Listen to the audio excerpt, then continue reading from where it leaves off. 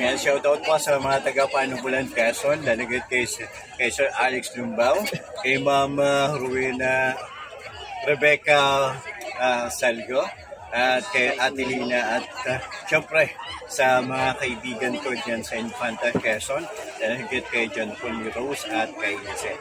Yan. Ngayon po, narito po ako sa bayan ng Infanta, Quezon sa kasalukuyan para po ating talakayin ang ano nga ba ang posible na maging epekto ng Kaliwa Dam dito sa lugar na ito.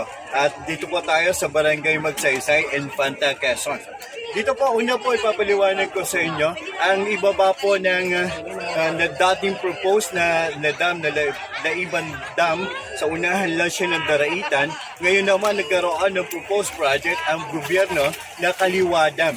At ito po ay nasa baba ng Daraitan at nasasakupan po ito ng Barangay Magsaysay o Sitio Queburusa, Barangay Magsaysay at Infanta, Quezon. At sa kabilang bahagi rin po nito ay nasasakupan naman ito ng General Nakar, Quezon.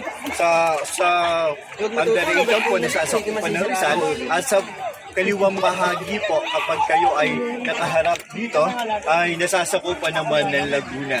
Ipapaliwanag ko lang po sa inyo dahil almost 5 years po ako na nag-i-area dito, at ito po, sabi ko nga, ito lang yung tambayan.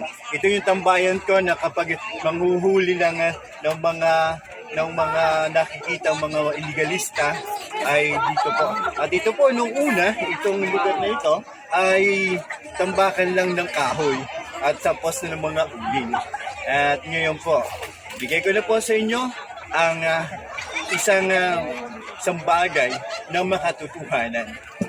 Ang apektado po ng Kaliwa Dam kung sakali mang ito ay matuloy sa mga susunod ay ang mga katutubo.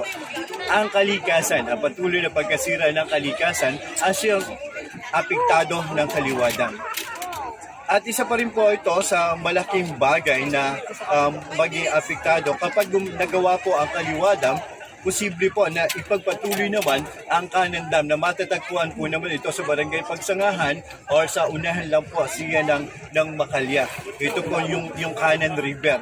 At ito po, tayo po ngayon ay nasa Agos River na kung saan binubuo po ito ng kaliwa at kanan. Dito po yung Kaliwa River, na dito yung Kanan River. Dito sa Kaliwa River, dito yung papunta sa Daraitan. At dito naman sa Kanan River, yan naman yung papunta naman sa Makalya.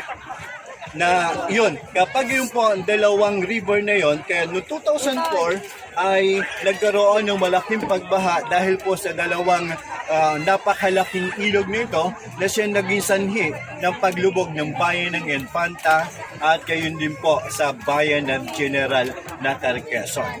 Ano pa po ang posible maging epekto ng Kaliwa Dam dito sa bahagi ito? Ngayon, nag-i-enjoy ang mga tao habang hindi pa natatayo ang Kaliwa Dam.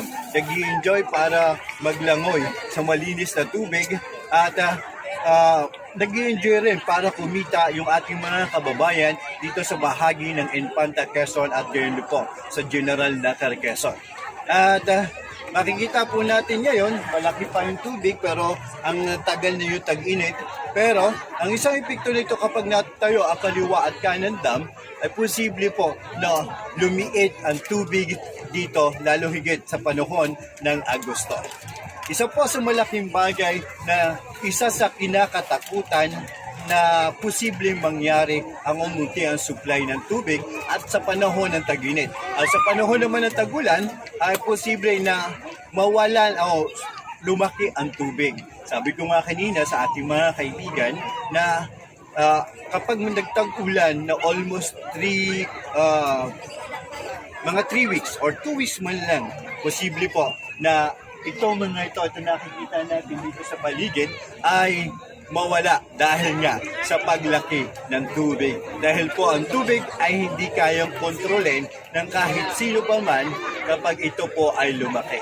Kaya sa mga susunod po, ipapaliwanag po naman natin ano pa po ang magiging epekto nito sa mga tao na may pangkabuhayan na ngayon ay nagsisimula pa lang. Hanggang sa muli po at abangan po ninyo ano pa ang mga mangyayari o posibleng mangyari at ipapakita ko pa rin sa inyo ano yung nangyari noong 2024 para magbalik tanaw po tayo bago natin pagpatuloy kung ano pa ang maging epekto ng kaliwa at kanan lang.